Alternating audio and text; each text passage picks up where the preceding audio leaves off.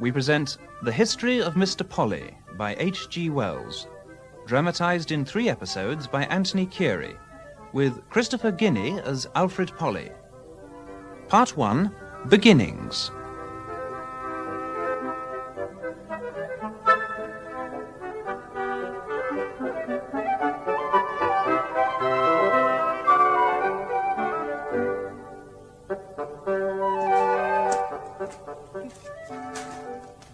When you've finished throwing all them old papers about, Alfred, I suppose I'll have to tidy 'em up again.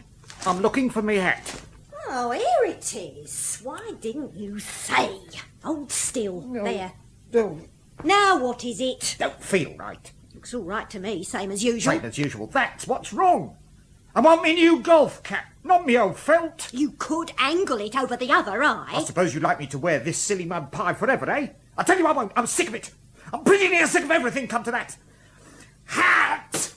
Oh, that's right. Kick it across the room, play football with it. You'd better go out. Shan't go out. Tantrums, I haven't patience. I give you a good lunch, cold pork and taters, and them mixed pickles you're so fond of. I didn't see you say no to them. Cold treacle pudding and a nice bit of cheese and a jug full of beer. Seems there's no pleasing some people. Oh, Oh, so you had your new cap in your pocket all the time. That's typical of you, Alfred. Head in the clouds. No sense of business, of getting on, of improving the shop like the neighbours. don't talk to me of neighbours. I hate the lot of them. And don't it show? Tantrums! Horrible, beastly, silly wheeze of a hole.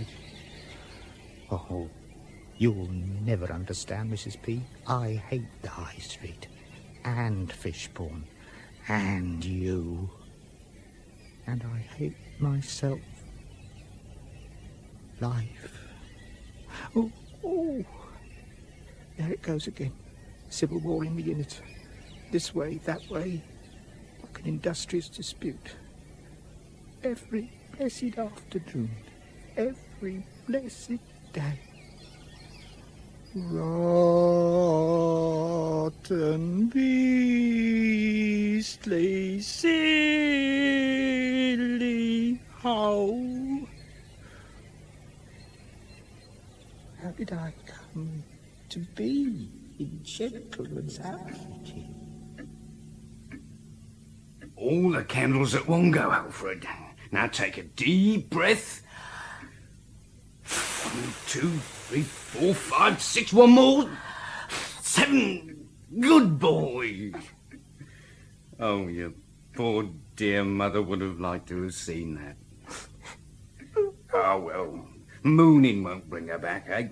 Let's have your plate, and after you've eaten your birthday cake, you get your boots clean for school. Now, Alfred, remember your tables.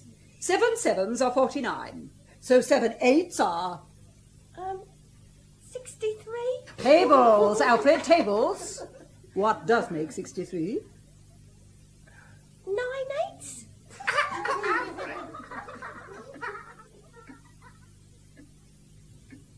When I was your age, Alfred, when I was 12, I was earning my own living. Let's have some more tea. But I got a surprise. A real present for you. One that your poor dear mother would have liked if she hadn't been took. You're gonna be finished off. Oh, don't. Leave that there national school and go to Mr. Morley's private academy. Aye? French, bookkeeping and good copperplate handwriting. What do you say to that? Copper plate, Master Polly. Copper plate. The downstroke is thick, the upstroke thin. No, no, no. Point the handle of the pen over your right shoulder. Aye? Now, right. That, Polly, is a blot. Blotting paper, boy, blotting paper. Ah, no wonder. Another penny dreadful. Attention, class. Give it to me, boy. Yes, sir. And what ridiculous flight of fancy have we been indulging in this time, Master Polly? Gold in the Amazon. Hunters and explorers in Africa.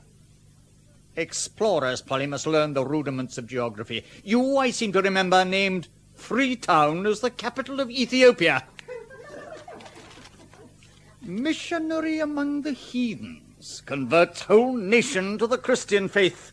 Oh, an admirable task. But until you can distinguish clearly with the eye, write cleanly with the pen, and pronounce distinctly with the tongue, I despair of your converting the meanest Hottentot. We will have to encourage you, boy. Stand up here. Yes, sir. The downstroke thick, Master Polly. Kids. They grow up fast, Mr. Morley. It's time that dratted boy of mine did something for a living. Ah, well, I may be able to help you, Mr. Polly. Oh? Yes, my old friend Mr. Garvis wrote to me a day or two ago. He is the senior partner in a large department store. Sells everything from pianos to millinery. Yes, he informed me that he has vacancies for 1 or 2 apprentices in the gentleman's outfitting, and wondered whether I knew of any likely lads. It would suit your boy, I would say. Suit him? Suit him? He'd better suit it, more like. Then you would like me to put his name forward? Indeed I would, Mr. Morley. And thank you very much. Where did you say this place was? The Port Burdock Drapery Bazaar at Port Burdock. I don't feel any different now I'm an assistant to what I did as an apprentice, except there. Wages. Not pocket money, Platt, old man. Wages. And more of it. Yes.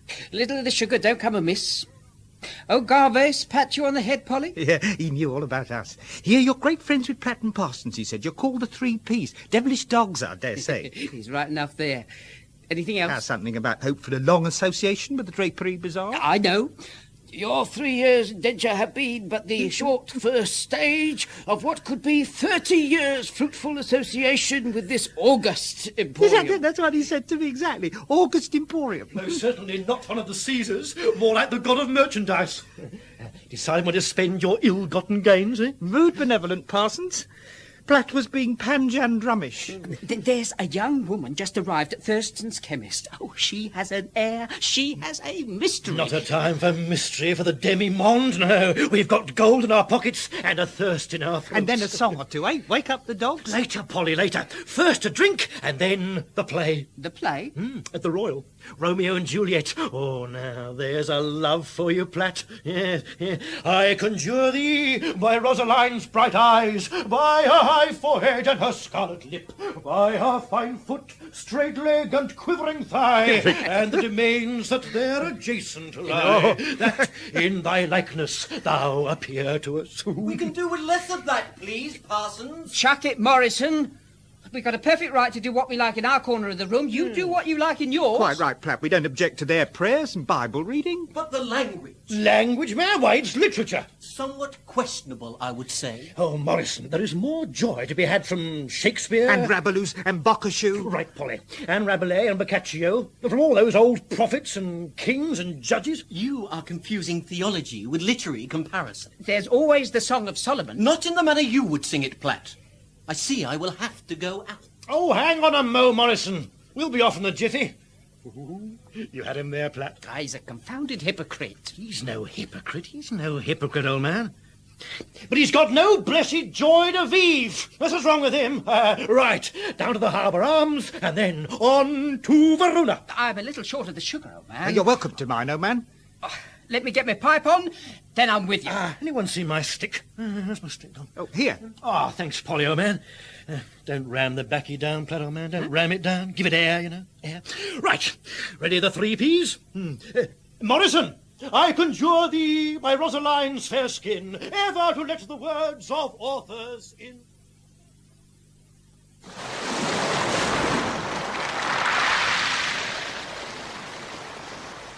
Do you bite your thumbs ever, sir?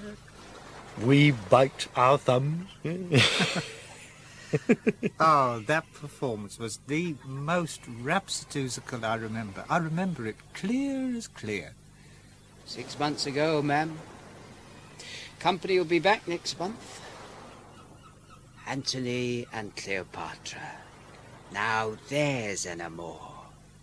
The barge she sat in, like a burnished throne, burned on the water. The poop was beaten gold, purple the sails, and so perfumed that the winds were lovesick at 'em. Eloquent verbal juice, Parsons, old man. Almost see it. Out there at sea. Nice little places. Fishbourne. Good for business, I would say, Polly, old man. Clean, sandy beach. Nice little village. Pleasant high street. Bright hotel. Satisfying lunch. Bit heavy on the sugar, old man? We had celery, Platt. Don't ram the baccy in too tight, old man. Give it air.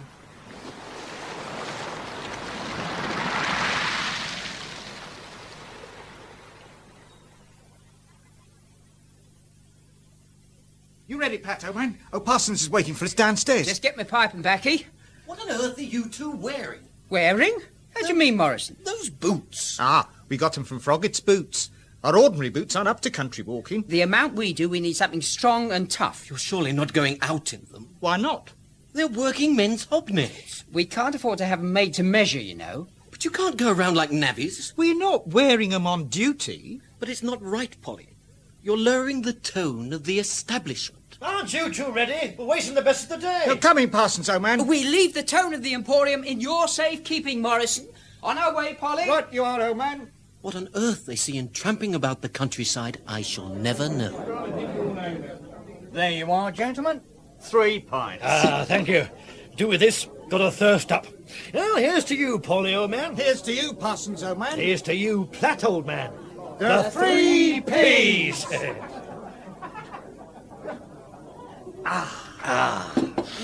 Best part of the day. I don't agree, Polly, old man. All of it good, but this sets the seal, binds it all together. If you gentlemen walked across from Port Burdock, you'll have an appetite on you then. As sharp as our thirst. Good. Well, young Mary's just put your supper on the table. Come on, old man. Stand not upon our order of setting to.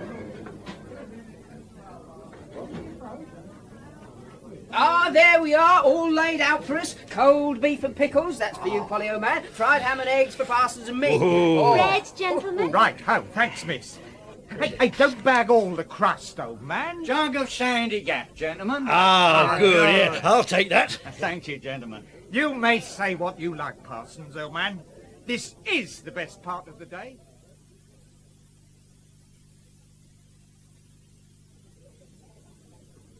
And you go walking together every Sunday? Sundays, holidays, any day that's free. You must know these parts very well by now. I suppose we do, Mary, but we don't follow any set route. We just follow our fancy. Take any path as long as it looks interesting. You've never been here before? No. And it's our loss, isn't it, old man? If we'd known the company was to be so interesting, Mary, we'd have been here long ago. Right, ho, we would. When I heard you call yourself the 3 Ps, I didn't think it was to do with your names at all. What did you think of? You're sure you want me to tell you? Oh, your every word is music to our ears, dear young lady. I thought of vegetables. Vegetables? Yes, you know, beans and peas and... And potatoes and turnip. Oh, no. No, those are dull vegetables. Good, solid and dull. And we're not, eh? Of course not. We're peas. Sweet peas. Tell me, Mary, which one do you think is the sweetest? Not you, Mr. Parsons. Me, then. It must be me. Oh, no, not you, Mr. Platt. Oh. Then it's Polly, old man. Oh, the lucky devil. No, it's not Mr. Polly. Oh. You're sweet altogether. Ah. The 3 sweet peas. Sounds like a turn on the halls. Come to think of it, we are a turn when it comes to singing. Now, old Polly here, he makes a flat sort of lowing noise. And you, old man, roar like a bull. Oh, really? And Mr. Platt? Oh, he's a tenor. A tenor. That's That's romantic. Are your secrets out? Confess now, it's me you prefer. My honey tones have won you. Don't listen to honeyed tones, Mary. Listen to the heart of a poet. Oh, how do I love thee. Let me count the ways. He's off. Eloquent rhapsodies. Mary! That's Mother. I must go. Oh, must you? I should have gone long before, only... Only one of us kept you. Which of us is it? Mary! Goodbye.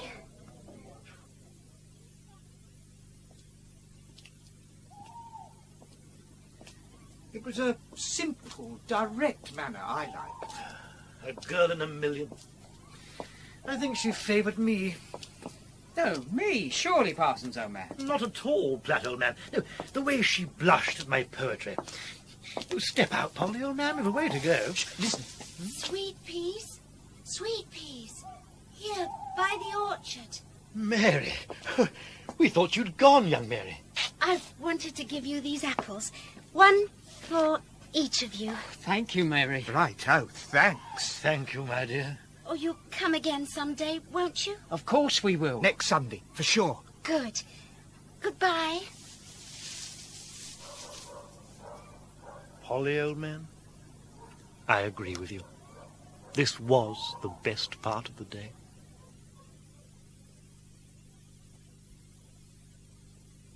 I wonder why she wasn't there this Sunday. Do you think she forgot? No, never. It was her mother. Kept her away. You don't know it was her mother. I'd lay my last sovereign that old Gorgon of forbidding aspect was her mother. She had that self-righteous aura of having preserved her young Mary from our desperate attentions. And talking of the self-righteous, why are you looking so worried, Morrison? I've just heard there might be 1 or 2 changes in haberdashery. But I don't think there'll be any in soft furnishings or gentlemen's outfitting. Oh, I should think not, Morrison. There's one thing about my position here. I can dress a window. Yes, old Fluffums... That's no way to speak of Mr. Garvace, Parsons. Old Fluffums will think twice before he gets rid of the one man in this place who can make the Manchester window tell. You see, the art of window dressing is in its infancy, old man, in its blooming infancy. All balance and stiffness. No joy in it, no blooming joy. Conventional. A shop window ought to get hold of people, to grip 'em as they go along, where it stands to reason. Grip! And do they grip? No! He's got a heavy on. Go in, old man. Let's have some more of it. Well, look at your dress stuff windows, Morrison. Tidy, tasteful, correct, I grant you, but bleak.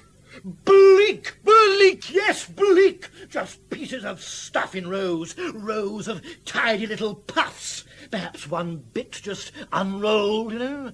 Quiet tickets. Might as well be in church, old man. That is how a window should look. No. A window ought to be exciting.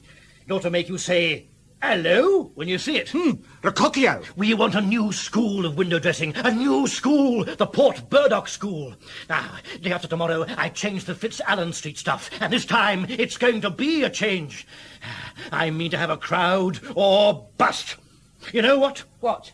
I've been timid, oh man. I've been holding myself in. I haven't done myself justice. I've kept down the simmering, seething, teeming ideas. But all that's over now. Over? Over for good and all, oh man.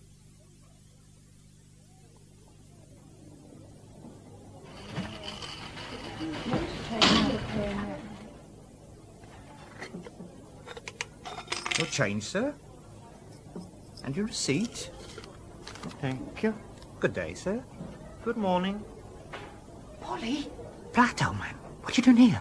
Parsons is doing his blooming window. What window? His window. Fitzallen Street, the Manchester goods, what he said. You ought to see. But I can't leave the department. Old Mansfield's in charge. Well, pretend you've to go to the office. I've brought the message. Ratio. Street door through the silks. Street door. You must see it from outside. Come on.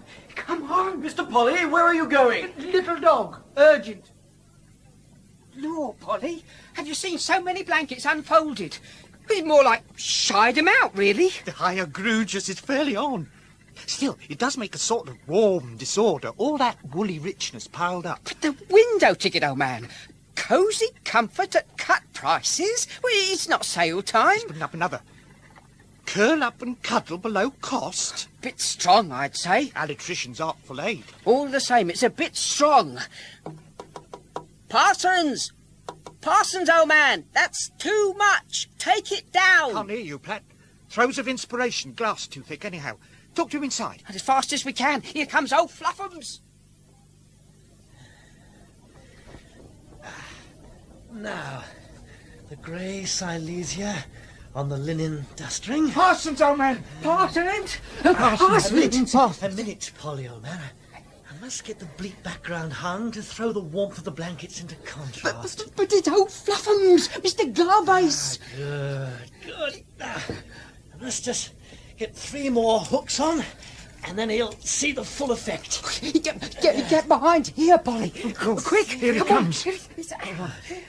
What on earth do you think you're doing with that window, Parsons? Dressing it, sir, on new lines. Come out of it. Come out of it, Parsons. Now, where's Mr. Morrison? Morrison! Yes, Mr. Garbage, sir.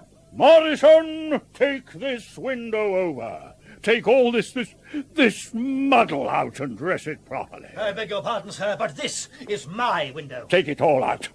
Come out of the window, Parsons. You can't dress it. If you want to play the fool with the window... This window is all right. Go right in, Morrison. You leave my window alone, Morrison. Get him out. You leave me alone, Morrison. And you, Mr. Garvase. Do you know who you're talking to? Get in the window, Morrison. Yes, Mr. Garvase. Get out, Morrison. Oh! And you, Fluffums. Oh, I've been struck. He struck me with my own tweed. You say I can't dress a window, you thundering old humbug! Oh! And take your rotten old stuff! Here! And here! Get him out of the window! He's mad! He's dangerous! Get him out of the water! Take good shot, Parsons! Are you mad, Polly? Oh, come on, you men! Oh, Somerville! Oh, help me! Parsons, oh, magnificent old man! Oh, man now! Oh.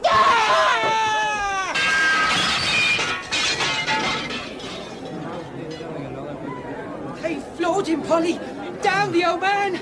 Oh, he'd put up a rare show. You can let me up, Morrison. Oh, what got into you, Parsons?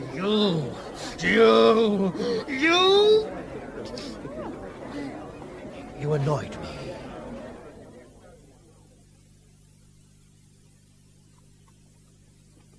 I'll do my best for you, Parsons, old man. Thank you, old man. But I know I'll be a bad witness. I know myself. I'm in a blue funk. It's not you that's on trial, Polly. Oh, that plateau, man. I'm still in a sweat. Is it producery to make a slip? I don't want to produce myself. No need to do that. Just remember it was Morrison's fault. He shouldn't have taken... No, Platt, he was all right, old man. According to his lights. It isn't him I complain of. I shall have to pay a fine. It's no good trying to get out of it. It's true. I hit him. I hit him on the head. About here. You could take out a cross summons. Oh, what's the good of a cross summons, Plateau Man? With Corks the chemist and the house agent and all that on the bench? No. Humble pie. That's my meal tomorrow, old man. Humble pie. But Lord, what a life it is.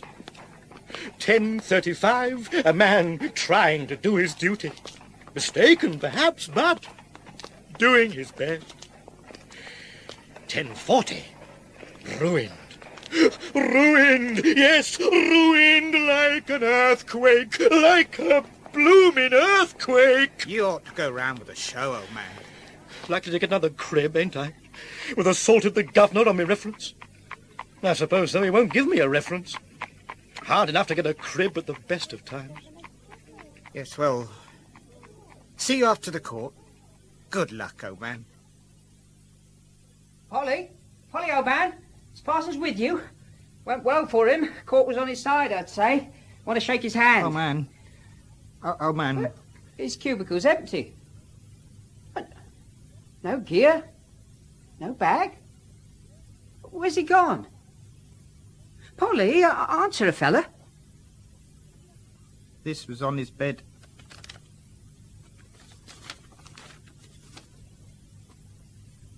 Dear old man. You spoke up well for me in court, so did Morrison in his way. I bear him no grudge, and I was guilty. I wanted to come in and say goodbye, but old Fluffums wouldn't have it, so I'm taking myself to the department store's slave market, Wood Street by St. Paul's Churchyard. They've been grand 5 years with you fellows. Those Sunday walks and stopping at inns and talking about everything. Love, life and literature. The joy de vivre. It's up to you 2Ps to keep it going. I'll write when I get fixed. Do you suck your thumb, sir?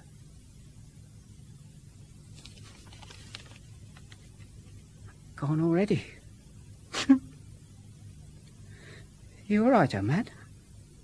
A bit on that beastly tooth of mine. It made me eyes water. Something chronic.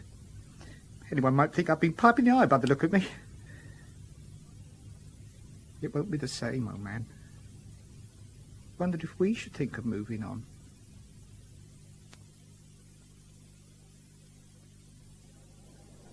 I'm glad I thought of looking you up, old man. Pleasure. I've never been to Canterbury before, and you're a devilish good guide to the cathedral. Oh, it's my favourite place, Platt, old man. I could see you in the Middle Ages, Polly, old man. Oh, really? High up on a scaffolding at the top of the pillars, carving portraits of the cathedral dignitaries. Ah, the portly capons. The portly capons.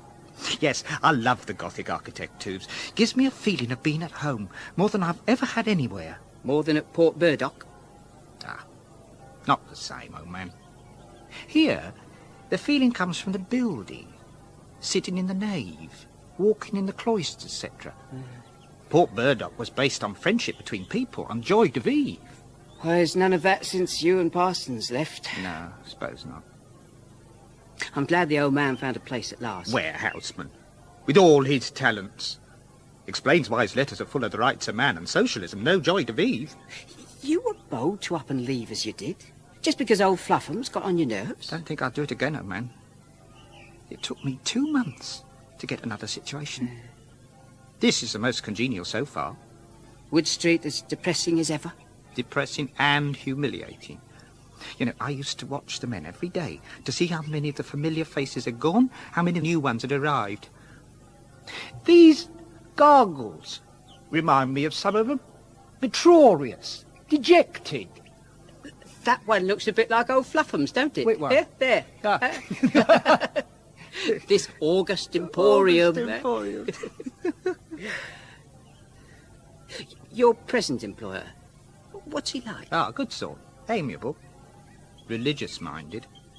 I think he wishes the cathedral to be built by the Baptists. Does this memorial monument really and truly matter?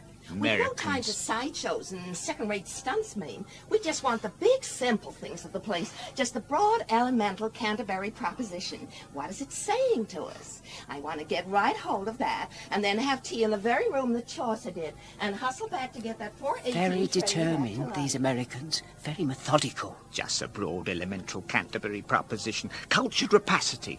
And they're always in a quiet sort of hurry. Reminds me, old man, we'd better get off if we're going to take that boat out. Oh, yeah. Hey, remember when we took a boat out for the day with old Parsons? And he read whole chunks of Milton and Boccaccio. And Shakespeare and Rabelais. This time it's my turn. I've a splendid novel in my pocket, set in Italy. Dark, lustrous beauty, secret intrigues, society.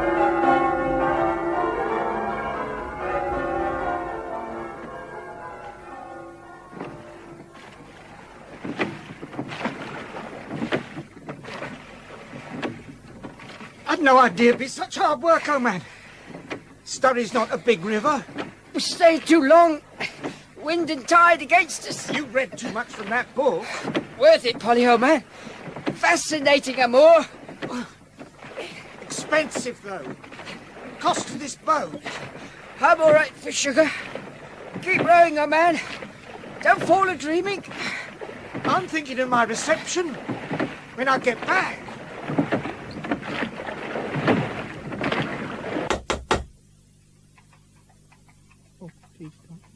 Let him be kind. Let him be kind. I've done little this.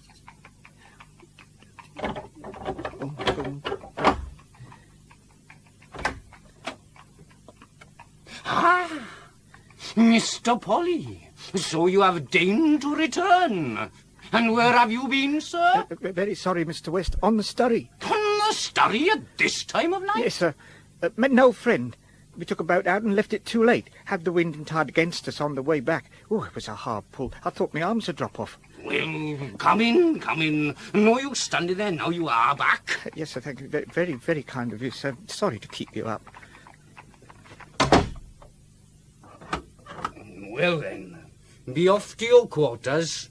I don't want you asleep in the shop this morning. Yes, no, sir. A tide's a tide, sir.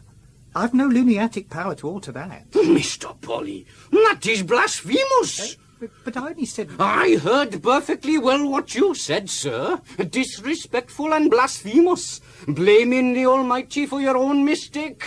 I made it clear when I engaged you I would have preferred a Baptist. And besides, what good are you to me with your arms pulled out of their sockets?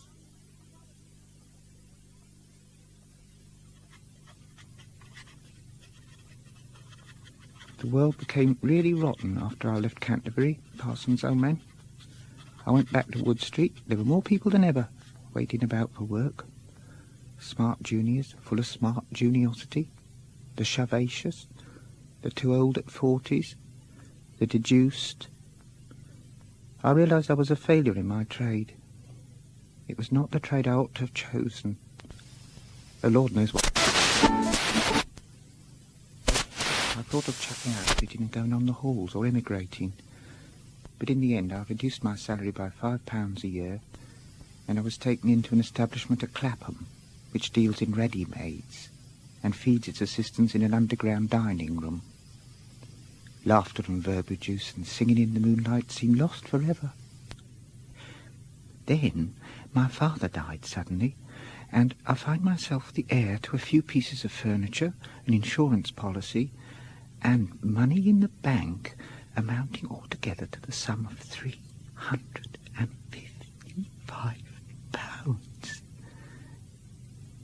In his last years, my father had lived with cousins at Eastwood, Grace and Harold Johnson, who are putting me up for the funeral. Didn't he look peaceful? Oh, yes. Second departed I ever saw. Not counting mummies. He was really quite cheerful at the end. Quite cheerful, wasn't he, Harold? Indeed he was, my dear. And it was really a merciful release. No, Alfred, take the armchair, make yourself comfortable. Oh, if you're sure. Grace and I will be all right on these. Now, we ought to decide on the arrangements for the funeral. You'll have a hearse, of course.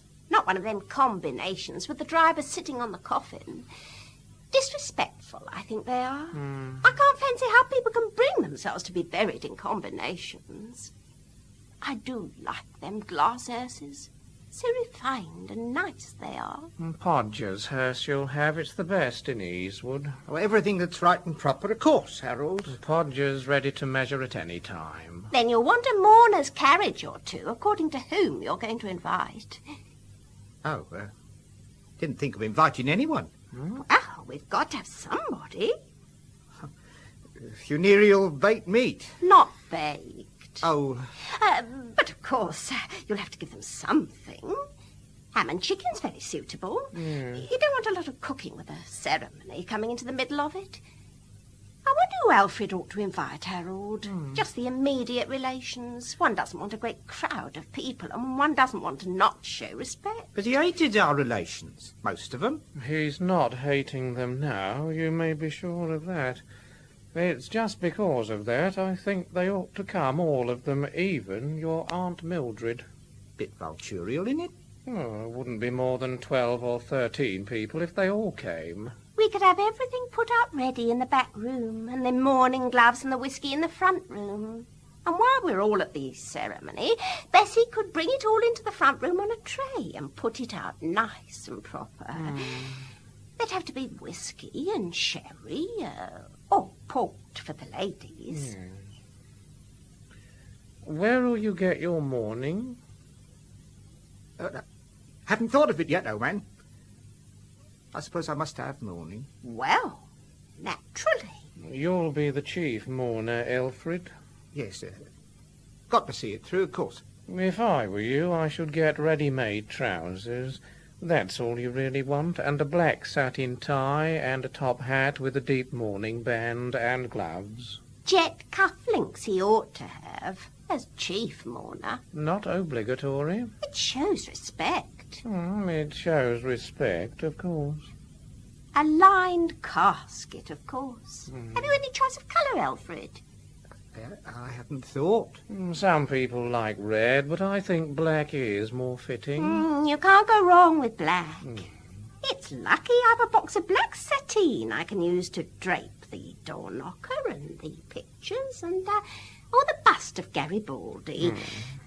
And I'll have to do something about the tablecloth in the front room. That rose pattern is not at all suitable.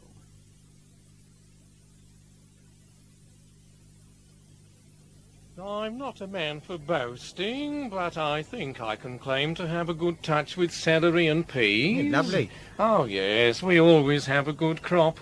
You see how well they're coming on? Beautiful. Nothing like the taste of vegetables lifted from one's own garden, Elfrid. No, I'm sure there isn't, Harold. Palatable. It's all a matter of management, understanding the hang of it. I don't seem to get the hang of business somehow. Too much blooming humbug in it for my way of thinking. Well, if I were you, I should push for a first-class place in London. Take almost nothing and live on my reserves. That's what I should do. Come the heavy. Get a better class reference. Think of investing your money. Hardly got used to the idea of having it yet, old man. Well, you'll have to do something with it. Give you nearly, nearly £20 a year if you invest it properly. I haven't seen it yet in that light. Oh, there's no end of things you could put it into. It's getting it out again I shouldn't feel sure of. I'm no sort of fianciane, Sooner back horses. Well, it's a nest egg. There's building societies. You might lend it on mortgage. Very safe form of investment. No. Shan't think anything about it. Not till the old man's underground. Might do worse than put it into a small shop. Those new shops being finished round the corner will be the commercial centre of Easewood. Mark my words. For a man who's prepared to work hard and stick to it, there's a lot to be done in a shop. Oh, that sounds like the first guest. We'd better go in.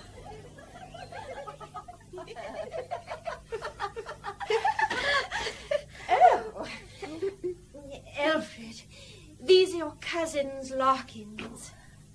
Oh, yes? This is Minnie. Hello, Alfred. Hello. And this is Miriam. How do you do, Alfred? Oh, righto, thanks. Annie couldn't come. She came over feverish at the last minute. Don't tell me. Don't tell me. I know. Oh. Let me look at you. I should have known him anywhere. Oh, Rock! Mother, why, she's never set eyes on him before. I should have known him anywhere for Lizzie's child. You've got her eyes. It's a resemblance. And as for never seeing him, I've dandled him, Miss Imperance. I've dandled him. You couldn't dandle him now, Ma. Oh, the things you say, Minnie. My dandling days are over. My turn to dandle now. Not me, thank you. Grace, look who's here. Go on in, Uncle. Why, Uncle Penstemon? No, don't rush at me. Let me take your hat, Uncle. I'll keep it by me, thank you. And me basket. Very good, Uncle. Oh. You here, Larkins. You would be. Yes. These your girls. They are, and better girls. That Minnie. Fancy you remembering her name. She mucked up my mushroom bed, the baggage. I'll give it to her to rights. Trounced her, I did fairly. I remember her. Now, here's some green stuff for you, Grace. Oh, thank you. Yeah, fresh it is, and wholesome. I shall be wanting the basket back, and mind you, let me have it. Have you nailed the body down yet? Oh, yes, Uncle. Oh, well, you always was a bit in front of what was neat. Oh, where can I put these carrots? Oh, that's a new tablecloth. Eh? For the occasion. Oh, well, it'll do. Funny colour. It's violet. I thought it appropriate. I'm glad you were able to come, Uncle. Oh, I came. Gals in service, Larkins? They are not and won't be. No?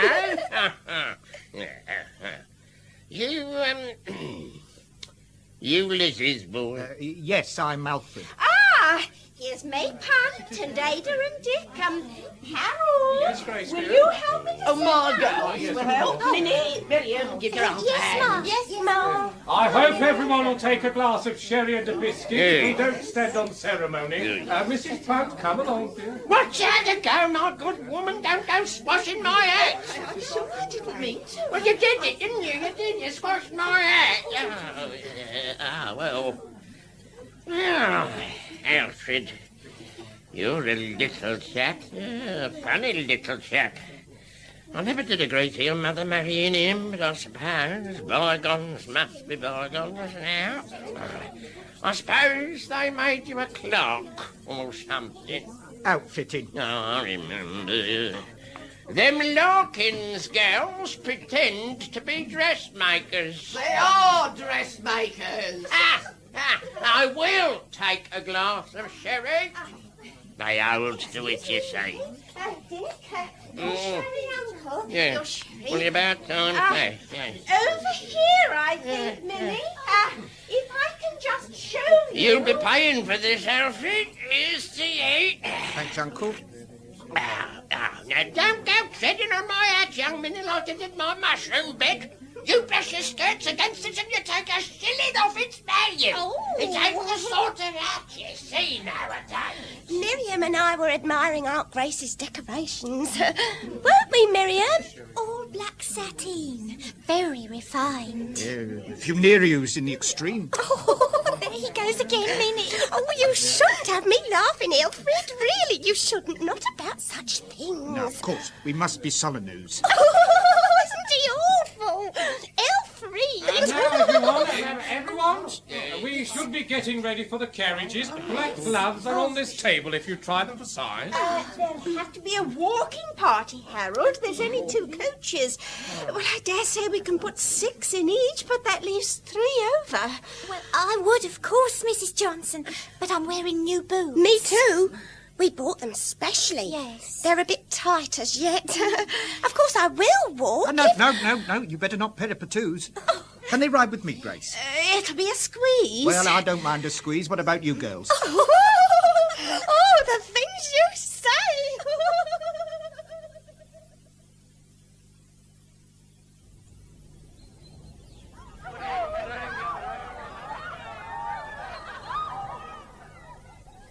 Chatter, chatter, chatter.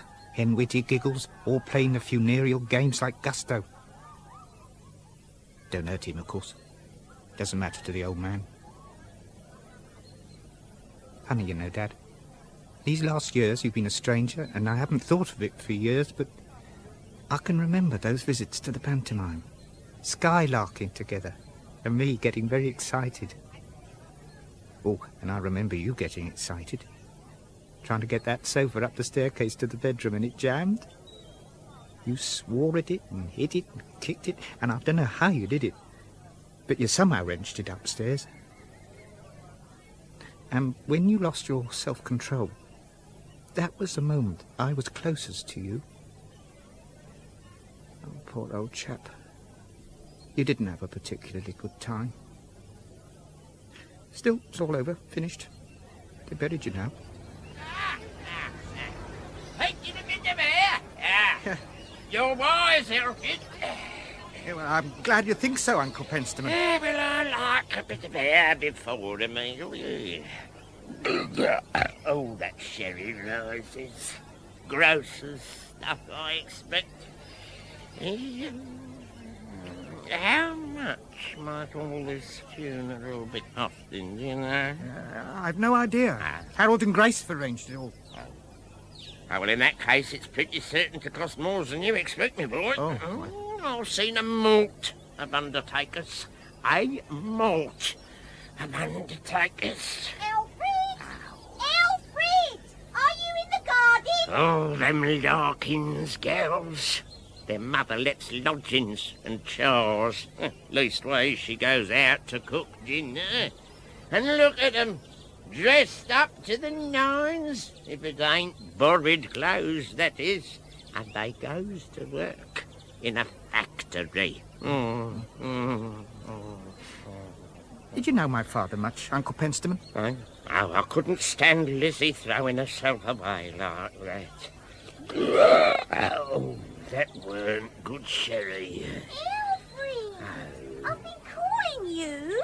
Your aunt said to come in. And you, Uncle. Come What? along. We can't start the meal without you. All right. I mean, no need to pour at me, young Miriam. Save all that. For your cousin there.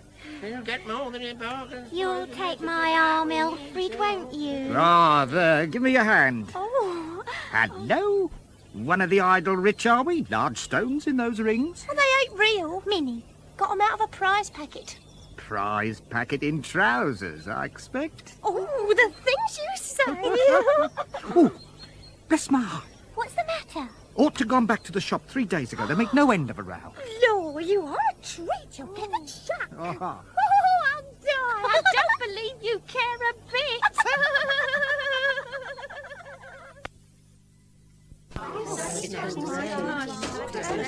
Oh, come along, Alfred. We're waiting for you. Sorry, everyone. Where's my place? Oh, here, Alfred. Have you got the bottle here ready to open, Bessie?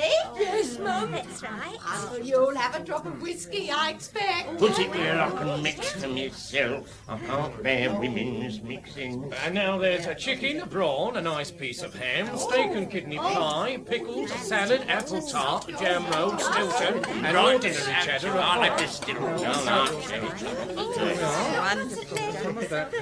You didn't, I suppose, Mr. Polly, think to have your poor dear father post-mortem. Didn't think of it for a moment. I can't give you a piece of this brawn, can I? I was just reminding Grace of the dear dead days beyond recall. Grace and Beauty, they used to call us, and we used to sit at the same desk. Don't swallow your fork, Willie.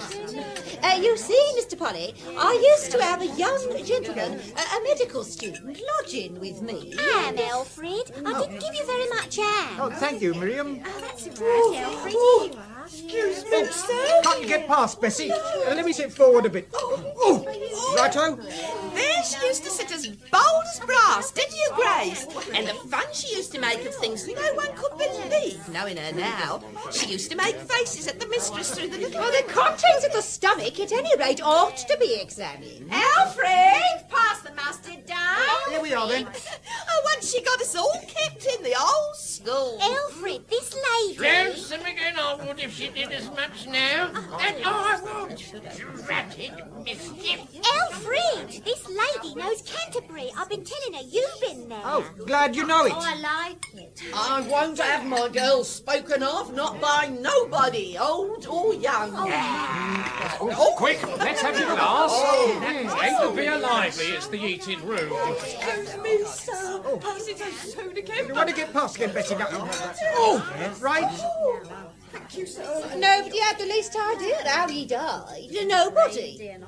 Willie, don't gulp so.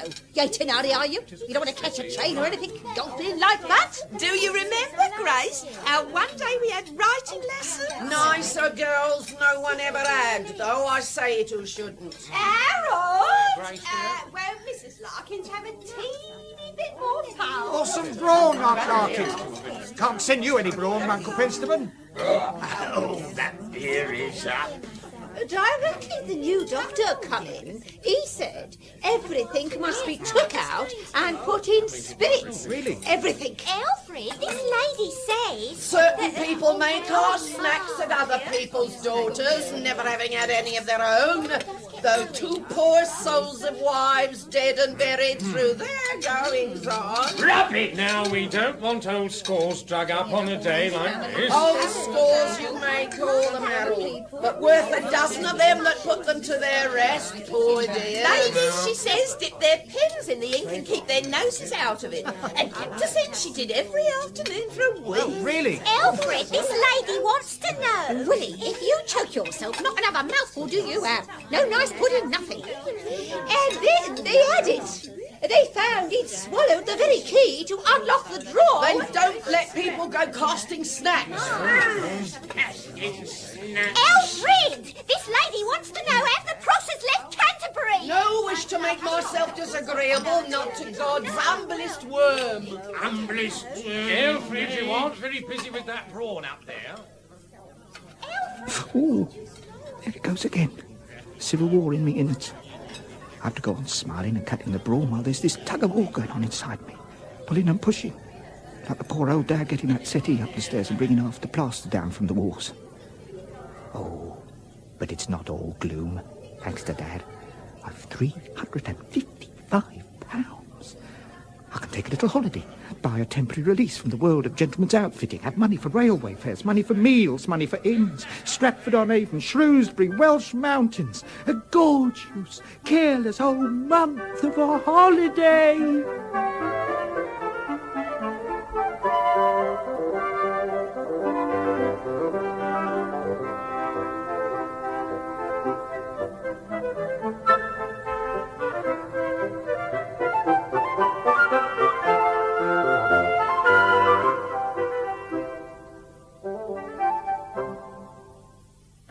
Dramatised in 3 episodes by Anthony Keary, with Christopher Guinea as Alfred Polly.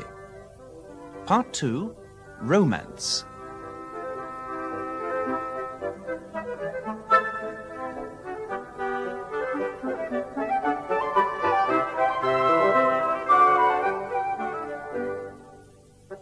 You mean to say when you returned to that Clapham outfitters you were promptly discharged? I was going to chuck it anyway, Grace. They merely anti-separated me by a hair. Oh, the same it was your father's funeral. Yes. That was very hard. It was a grinding establishment. Dealt in ready-mades. I think you should set your sights higher, Alfred. A good-class London establishment or one of your own. You can afford to wait now. Oh, I'd thought of taking a little holiday, Harold, old man. Right? Stratford-on-Avon, Shrewsbury, the Welsh Mountains, and the Wye. All on your own? Yes, well, that's a snag. Old Parsons would have been the ideal companion, but he'd never be able to get away. In any case, you can't afford to be too careless.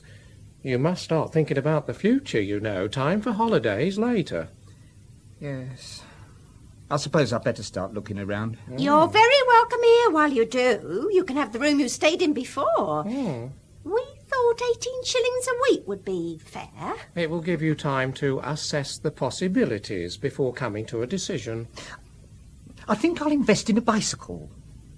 Oh, well... It'll save time, no waiting for trains. Right. Save money on fares, too. Well, looked at like that, I suppose... It'll take me all over the place. Open up all sorts of possibilities.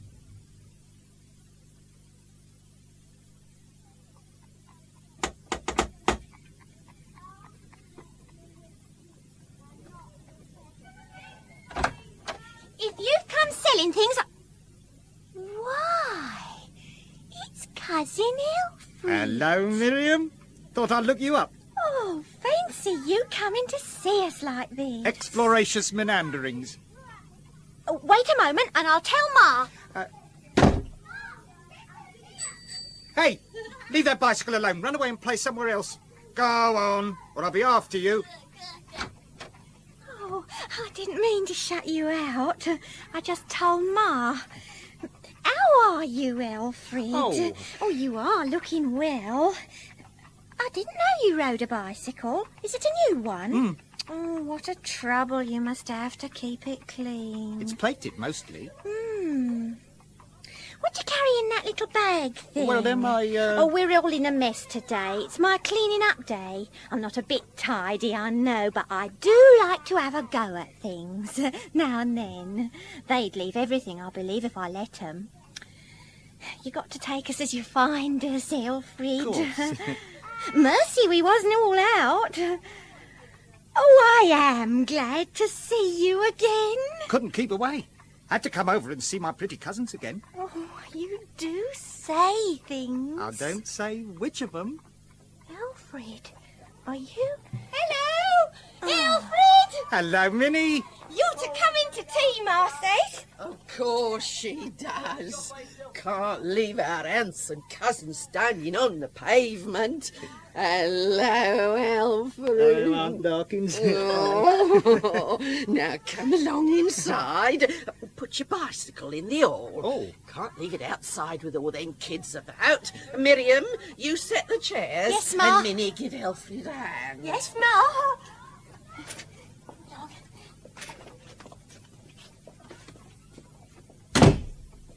Put it against the wall here. Won't it be in the way? Oh, not in this house.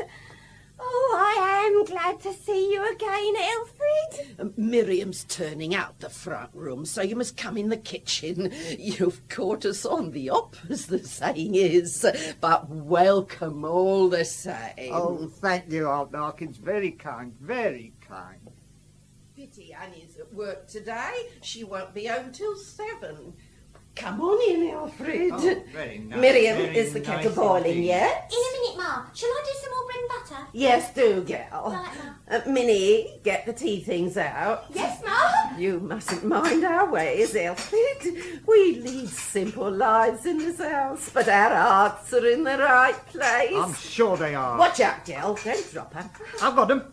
Now, you pass them to me, and I'll set the places. Thank you, Alfred. Oh, I can see you don't stand on ceremony. I feel very much at home, Mrs. Larkins. That's what we was hoping, eh, girls? Yes, of course it was, Now, only one thing's got me a bit puzzled. Who am I going to sit next? Me! I'd like to accept, but what about Aunt Larkins? I'd like to sit next to her, too. Oh, don't mind me, Alfred. But I do. Supposing you were me and having tea with 3 charming ladies, wouldn't you want to rub elbows with all 3? No. Now, how can I work it out? Now, if I put this plate here, excuse me, Minnie, now that one there, if you sit here, Miriam, Yes. and you there, Minnie, Yes. and I move that cup over there. You do it very well, Alfred. Like a waiter at the Ritz. Here, let me have that tea cloth. Put over my arm. Here.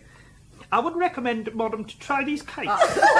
Freshly made this morning in our own patisserie. Oh, Alfred, you're as good as a turn on the halls. I must sit down. I don't care who I'll sit next to. Well, if you sit there, I can't rub elbows with you. Of course, if we were to dandle, I could... Dandle! He's at it again. Dandle! Sure you won't. Oh, stop it. Oh, you'll be the death of me. You really will. Oh, let's have tea before it gets cold.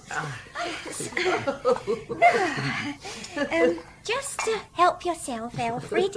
Bread, jam, paste. It's the tea I want first. Oh, Thank you. Ah, beautiful tea. Thirsty work riding a bicycle. Have you fallen off it yet? Once or twice, Minnie. Oh. The difficult part was trying not to wobble once I got going. No foreseeing little accidentalist misadventures. None whatever. I bet you've had one or two. There was one. Stout elderly gentleman. Large straw wastepaper basket sort of hat. Starts to cross road. Going to oil shop, can in his hand. Oh, don't say you're running down. Don't say you're running down, Alfred. Running down? Not me, madam. I never run anything down. Wobble. Ring the bell. Wobble, wobble. No one's going to run him down. Here's the bell. Wobble. Gust of wind. Off comes the hat. Smack into the wheel. Lord, what's going to happen? At a crossroad. Old gentleman after it. Bell. Shriek. He ran into me. Didn't ring his bell. Hadn't got a bell. Just ran into me. Over I went. Down he went with me clinging to his venerable head. Oil can. Blump, blump, blump, blump, blump into the road.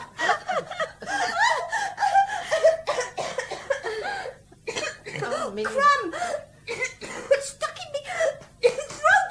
Oh, slap harder, Alfred. Here, let me. Oh, I'm all right. It's gone. Get over, Miriam. Where's my tea?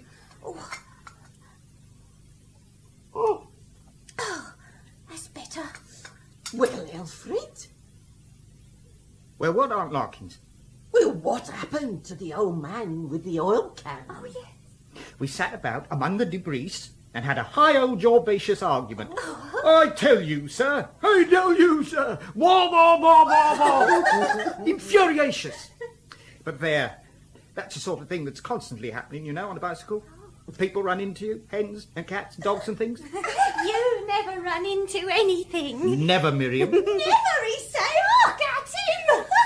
Oh, don't start her off again. Don't be so silly, Minnie. Oh, it's the things he says. You never know what he won't say next. Ah. Superfluous tea, Aunt Larkins.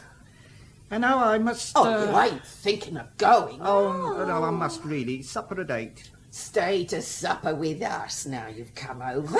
Please do, Elfrid. Yes, do stay. Now, have a bit of walk with the gals and then come back to supper. Yeah. You might all go and meet Annie while I straighten things out. Oh, give me a minute. I want to tidy my hair. We'll wait for you outside, Minnie. Right. Ready, Elfrid? With you, Miriam? Minnie'll take ours. We can walk to the end of the street and back before she's ready. Right-ho. I did get them rings out of a prize packet. What rings? What you saw at your poor father's funeral. You made out they meant something, but they didn't, straight. Then some people have been very remiss about their chances. They haven't had any chances. I don't believe in making myself too free with people. Nor me. I may be a bit larky and cheerful in my manner, but it don't mean anything. I ain't that sort. Oh, I'd just given you up, Elfrid. It's nearly 11. You shouldn't have waited up for me, Harold. Well, I wouldn't have felt right going to bed not knowing, and you out on that bicycle late at night. Not had an accident, Elfrid? Not much. Pedal got a bit loose in Stampton, old man. Couldn't ride it, so I looked up the cousins while I waited. Not the Larkins lot? Yes. How are they? Very jolly lot, always laughing. Oh, they laugh all right. Laugh at nothing, know nothing. But one can't really like 'em. There's nothing to like. I don't know. I like their high spirits and them being such a happy, laughing family. That's what we missed when old Parsons left Port Burdock. Well, better get to bed. Oh, I've been reading this book of yours. What one's that? Quest of a Golden Girl. Ah, the high poetical. Oh, yes, rum stuff. Not a bit of use for anything that I can see. What you should buy is a good book on bookkeeping. Yes, I should. Oh, did you see any shops in Stampton? No, nothing to speak of. Good night, old man.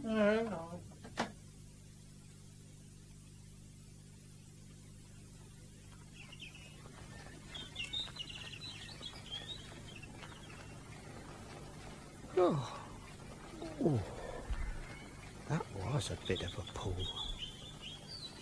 Still, 3-wheel down, and then a halt.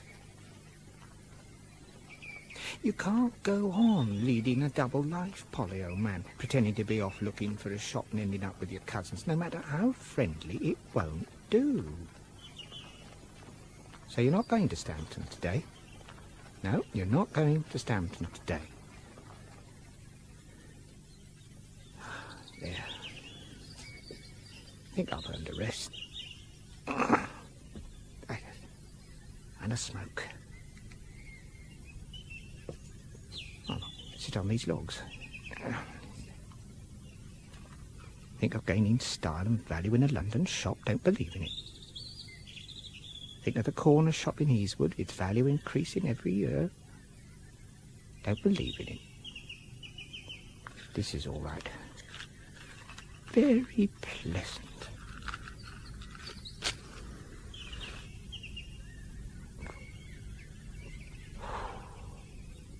Here, that old wall could do with a bit of repointing. Wonder what's on the other side.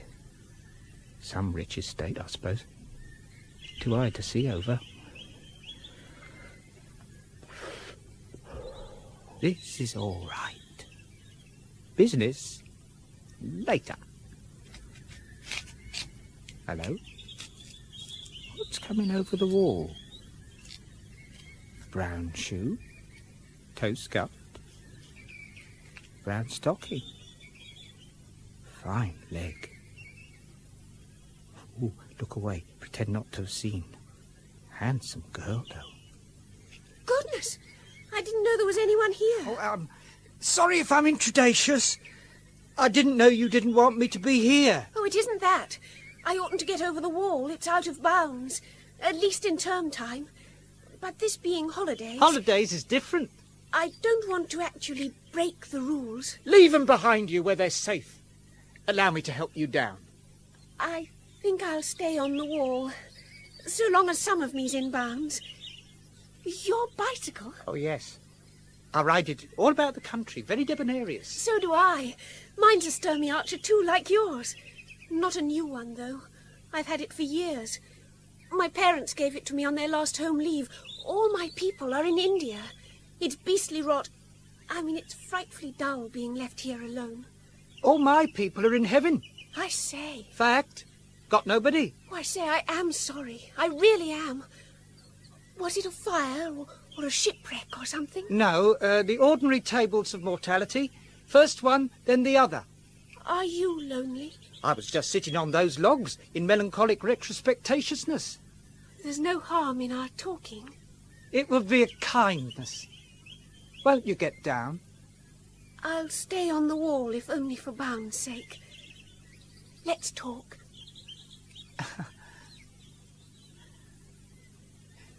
You make me feel like one of those old knights who rode about the country looking for dragons and beautiful maidens and chivalresque adventures. Oh? Why? Beautiful maiden. Nonsense. You are? I bet I'm not the first to tell you that. A beautiful, red-haired maiden imprisoned in an enchanted school. Oh, you wouldn't think it enchanted. And here am I, clad in steel. Well, not exactly, but my fiery warhorse is, anyhow. Ready to absquatulate all the dragons and rescue you. I wish you could see the dragons. Fly with me. Oh, you are funny. Why, I haven't known you 5 minutes. One doesn't, in this medievalist world. My mind is made up anyhow. I wish one could. I wonder if people ever did. If there were people like you. We don't even know each other's names. Yours is the prettiest name in the world. How do you know? Must be, anyhow.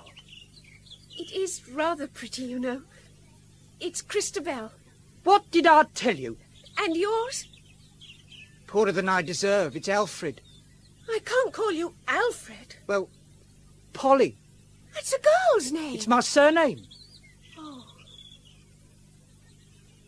I say, why are you riding about the country on a bicycle? I'm doing it because I like it. You know, there is love at first sight. I think I ought to get back over the wall. No. It needn't matter to you. I'm just nobody. But I know you are the best and most beautiful thing I've ever spoken to. No harm in telling you that. I should have to go back if I thought you were serious. No. Do you often come here? When I want to be alone. And you? I found it purely by chance, by fate. As all knight-errants do. I didn't think knights-errant were allowed holidays. This one is. I bet they'll soon be over. They could last another 4 or 5 years. Oh, goodness, that's wonderful. Don't you have to do anything? Well, I have to decide whether to continue in my old ways or to try something new. Something new would be exciting. Might be to someone else, not to me. The old ways, were they very bad? Dull. Deadly, dreary, dull. If you can take these long holidays, what is it you do? You make it seem very mysterious. Must be something wicked that you can't tell me about. I don't think I should stay. No, don't go, please. Only if you tell me truthfully what it is you do. I deal in stuffs, materials for wearing. Like silks and satin. My mother sent me some beautiful silks from India. That's romantic, not dull. You deal in those? More the cottons and the woolens. Not romantic. Why choose those? I didn't choose. They're what I know about. And just what do you do? Oh, Lordy! Oh, Knight! Knight there! Yes, my lady? I must go now. Come again tomorrow. At your command, but just one finger. What do you mean? To kiss. Sorry, can't hold on. Another rasher of bacon, Alfred? No, thanks, Grace. Time I was off. Oh, where to today? Oh, I thought I'd cast a strategical eye on Weybridge. I wonder whether you're doing the right thing, Alfred. Why spend this time and effort when there's an opportunity here in Easewood, right under your very nose? I would like to make sure there isn't a better one, before I decide. Oh, you won't find anything better at the prize. And I don't like to think of you paying us for lodging when your money could be earning for you. I think Alfred's quite right to take his time. He's welcome to stay as long as he likes. And it's not your 18 shillings a week, Alfred. You're no bother. It's an important step for him. No, all the same, I hate waste. Oh, I'm not wasting my time, Harold, old man. Believe me.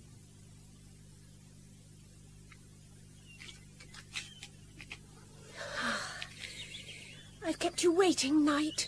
I'm sorry. I didn't notice. It was 20 minutes. What is time to a knight waiting for his demoiselle? I would wait for you forever, Christabel. No, you wouldn't. You would have to go back to all those woolens and cottons to earn your living. You do have to earn a living, don't you? Yes. And it's not at all glamorous or exciting. What do you do, Polly? If I tell you, you're not to disappear. I won't. I sell gentlemen's clothing in an outfitter's behind the counter. I see. So if I was a boy and went to be kitted out, you might serve me. Yes. No suits of armour. Just caps and jackets and socks. But I'm thinking of chucking all that and buying my own shop. I'll come into a little money. A few hundreds. You said yesterday you wouldn't find that exciting. I don't think it would be on my own. A knight needs someone to strive for. Obstacles are nothing if he can win his lady. They can all be overcome if... Shh, keep still. Stop waving your arms about. There's a rabbit just behind you.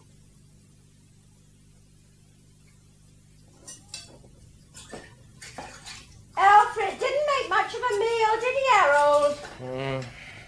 I thought a nice rabbit pie would be a treat. He seemed a bit off colour to me. He doesn't take a serious interest in anything. That shop at the corner is bound to be snapped up if he don't look out. We've met 8 times in 10 days. I've counted every one of them. With me standing down here and you sitting up there on the wall. Why won't you come down, Christabel? I'll help you back. Your side is out of bounds. I'm in bounds up here, more or less. Look here. I'm wild for the love of you. I can't keep up this gesticulations game any more. I'm not a knight. Treat me as a human man. You may sit up there smiling, but I die in torments to have you mine for an hour. I'm nobody and nothing, but look here. Will you wait for me 5 years? You're just a girl yet, and it won't be hard. Go away, you two. I've always been just dilettantitating about till now, but I could work. I've just woke up. Wait till I got a chance with the money I got. But you haven't got much money. I've enough to take a chance with, some sort of a chance. I'd find a chance. I'll do that anyhow. I'll go away. I mean what I say. I'll stop trifling and shirking. If I don't come back, it won't matter. If I do... Don't go on like this. You're different. go on being the knight who wants to kiss my hand? Christabel. Christabel, you got someone... You filthy little beasts! Christabel! Christabel, come back! If you can get up, so can I. Christabel, I'm losing my grip.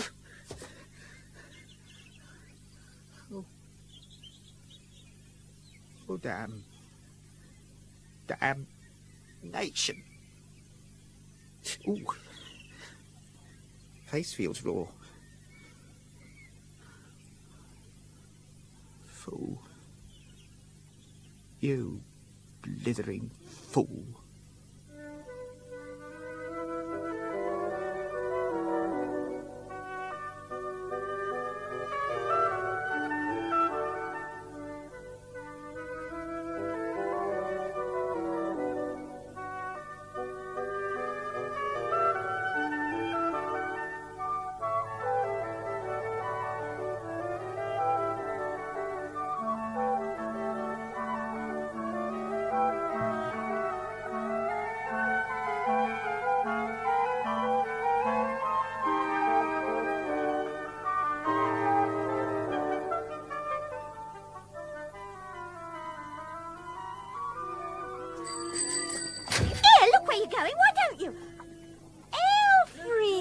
Hello, Miriam. Sorry. Hello, Alfred. Where you been all this time? We're looking round. Found a shop? Oh, one or two likely ones, but it takes time. Oh. What you done to your face, Alfred? All rough it is. Bit of a scraze with the bicycle. Oh. Trying to pass a carriage on the wrong side, he drew up and run me against the wall. You ought to have someone to look after your scrazes. That's all red and rough. It ought to be cold creamed. You need someone to look after you, Alfred. Yes, I think I do. Bring your bicycle and come and have some tea with us. You're a long time finding that shop of yours, Alfred. Don't do to be too precipitous, Minnie. No. Once you get it, you got it. Like choosing a husband. You better see you get it good. Just you remember that, you girls. Yes, Mum. When I get this shop of mine, I shall have a cat to sleep in the window. A venerable tabby. Cat's no good if it isn't a tabby. Cat I'm going to have, and a canary. No, I didn't think of that before, but a cat and a canary seem to go, you know. Summer weather, I shall sit at breakfast in the little room behind the shop. Sun streaming in the window, cat on a chair, canary singing, and Mrs. Polly... Hello? Mrs. Polly frying an extra bit of bacon. Bacon singing, cat singing, canary singing, kettle singing, Mrs. Polly... And who's Mrs. Polly going to be? Figment of imagination, ma'am. Put in to fill up the picture. No face to figure as yet. Still, that's how it'll be, I can assure you. I think I must have a bit of a garden. Not a fierce sort of garden like Harold's, furthest digging, no. Just a patch sturtiums and sweet pea, red brick yard, trellis, creeper up the back of the house. Virginia creeper? Canary creeper. Oh, you will have it nice. Rather. Diggling, shop, smart little shop, counter, desk, all complete. Umbrella stand, carpet on the floor, cat asleep on the counter, ties and hose on a roll over the counter, all right. Oh, yes. I wonder you don't set about it right off. Mean to get it exactly right. Here, have to have a tomcat. Wouldn't do to open shop one morning, you know, and find the window full of kittens. Can't sell kittens. All right, Minnie. You mend that glove, and Miriam will help me with the washing up. Yes, Ma. Oh. Hand me the work basket, Alfred, will you? Here you are, Minnie. Ta. Hope you won't be bored with me sewing. Lord, content. Good company, good tea. Domestic peace. I like cats. I'm always saying to Mother I wish we had a cat. But we couldn't have a cat here, not with no yard. Never had a cat myself. No. I'm fond of them. Well, I like the look of them. I can't call myself exactly fond. I expect I shall get one someday. When about you get your shop? I shall have my shop all right before long, trust me. Canary bird and all. I shall get a cat first. You never mean anything you say. Might get 'em together. Why? How do you mean? Shop and cat thrown in. Mean to say? Here, what's that I see out the window? Little dog. Eating my bicycle tire, I believe. Oh! Oh, bro. Why do the pedals always get in the way of me shins? Alfred, you? Thought my bicycle was on fire outside. Funny fancy, it's all right, really. A little dog outside. Miriam ready? What for? To go and meet Annie. Oh, you're stopping for a bit of supper. Oh, if I may. Oh, you're a rum Miriam! Dog anywhere, Alfred. No, I had a most curious sensation. Felt exactly as though something was up somewhere. That's why I said little dog. It's all right now. You was saying something about a cat, Alfred. Yeah, I'll give you one the very day my shop is opened. Trust me. You really think you'll open a shop? That wasn't all talk. Not a bit of it, Miriam. After all, a shop needn't be so bad. It's a home. And there's no need to keep accounts and that sort of thing if there's no assistant. I dare say I could run a shop all right if I wasn't interfered with. I should like to see you in your shop. I expect you'd keep everything tremendously neat. Of course. Oh, let's sit on that bench where we can see those blue flowers. Righto. I always like them. Oh, they're handsome. Delphicums and larkspur. They used to be in the park at Port Burdock, Florlifera's Corner. One did ought to be happy in a shop. A shop's such a respectable thing to be. I could be happy in a shop. If I had the right company. So I'm not such a blooming geezer as not to be able to sell goods a bit. One has to be nosy over one's buying, of course. But I shall do all right. If you get the right company. I shall get that all right. You don't mean you've got someone? I've got someone in my eye this minute. Alfred, you don't mean... I do. Not really? Well, you and me, Miriam, in a little shop with a cat and a canary. Just suppose it. You mean you're in love with me, Alfred? Yes. There. Oh. And I don't care if everyone in the park is looking. I didn't dream you cared. Sometimes I thought it was Minnie, sometimes Annie. Always like you better than them. Oh, I love you, Alfred. Since ever we met at your poor father's funeral. Leastways, I would have done if I had thought you... You didn't seem to mean anything you said. I can't believe it. Nor I. You mean to marry me and start that little shop? As soon as ever I find it. I had no more idea when I came out with you. Nor me. It's like a dream. Yes, it is. I got to pinch myself to think it's real.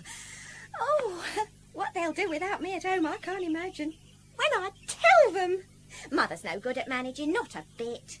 Annie don't care for housework, and Minnie's got no head for it. What they'll do without me, I can't imagine. They'll have to do without you. Oh, Lord, we shall miss Annie sitting here in love-making. Can I take your arm, Alfred? It pulled it a bit when I scraped against the wall. Oh, seemed all right at tea. It comes and goes. You forget about it for a minute and then twinges. Got 'em now. I can just see Annie's face when I tell her. Don't tell her yet, Miriam. Why ever not? Well, I'd like to settle on the shop.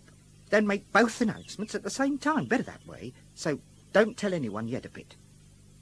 Only Mother?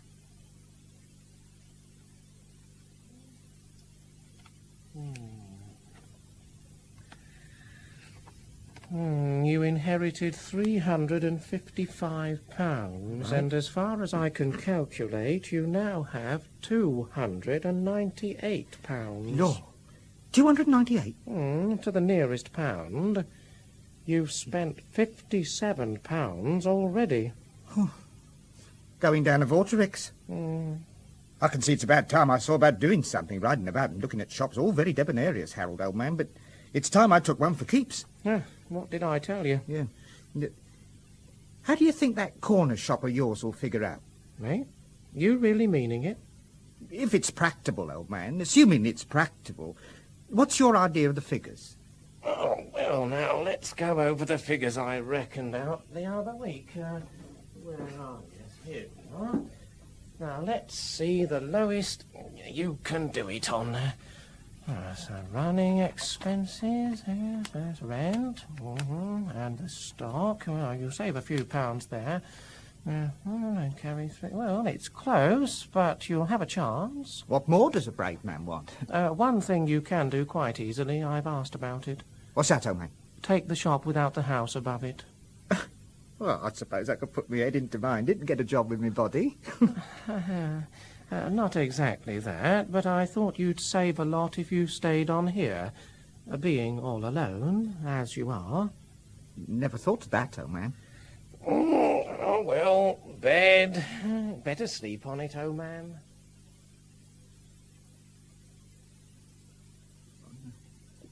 Oh. Oh, you'll have to go back to harness, Polly, old man. Put the happy days behind you. Forget the red-haired girl sitting on the wall looking down at you with clear blue eyes. Oh, no. You'll only end up being laughed at and mocked. Oh. Return to the hard economic world. It'll have to be a shock. Oh, no.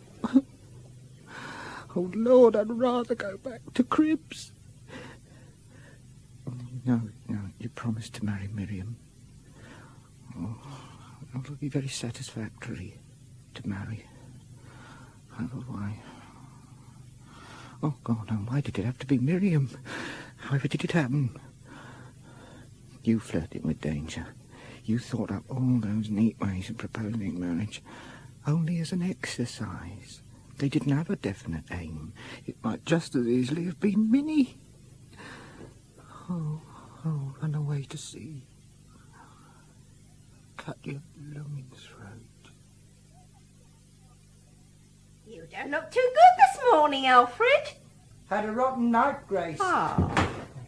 Bad dreams. I think it was that toasted cheese. Well, suited me all right.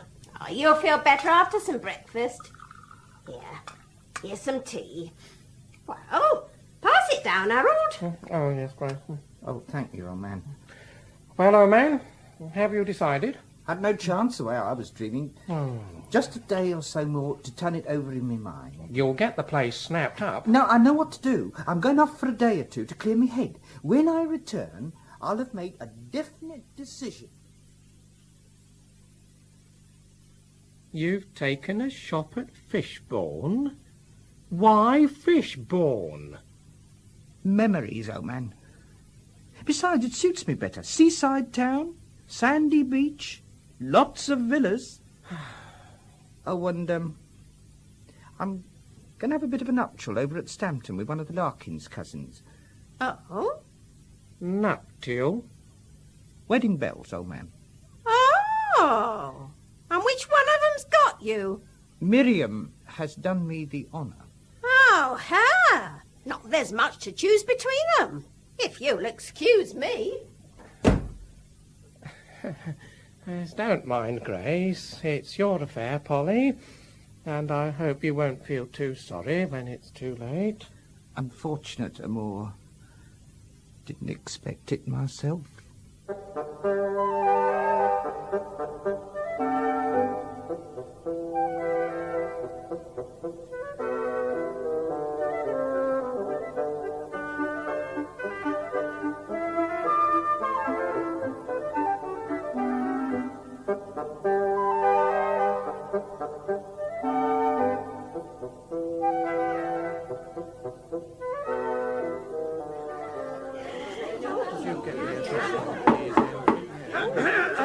Ladies and gentlemen, got your plates filled? And something good in your glasses? Well, I give you the bride. Oh, Uncle Fools! Here's luck to her. Thank you. Yes, here's luck. Luck. That's all right. And now, who's for a bit more pie? Such a good girl. Oh, Ma. Come and give your Ma a kiss. Oh, And your sisters. And me again if you wish.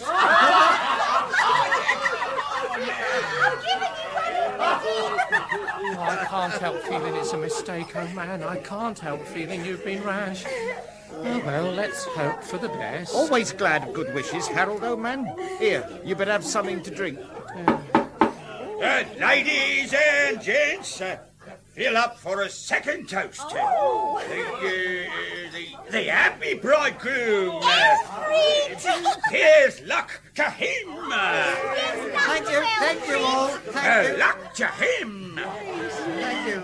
Here's hoping, here's luck. Well, he may say what he likes. He's got luck. That girl's a treasure of treasures and always has been. A treasure, I must say, and a treasure I will say.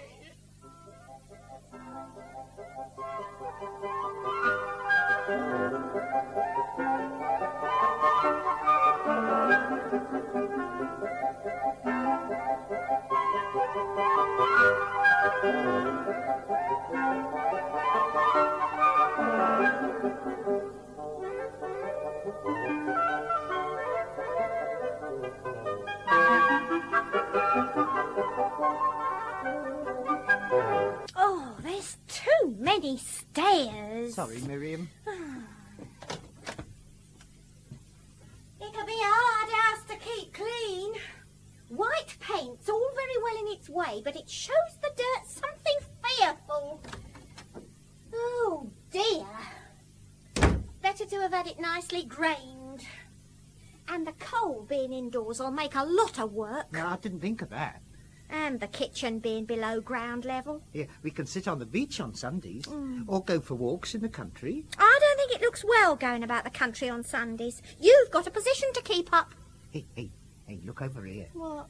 There's a kind of place here where we might have some flowers in pots. Not me. I've had trouble enough with Minnie and our musk.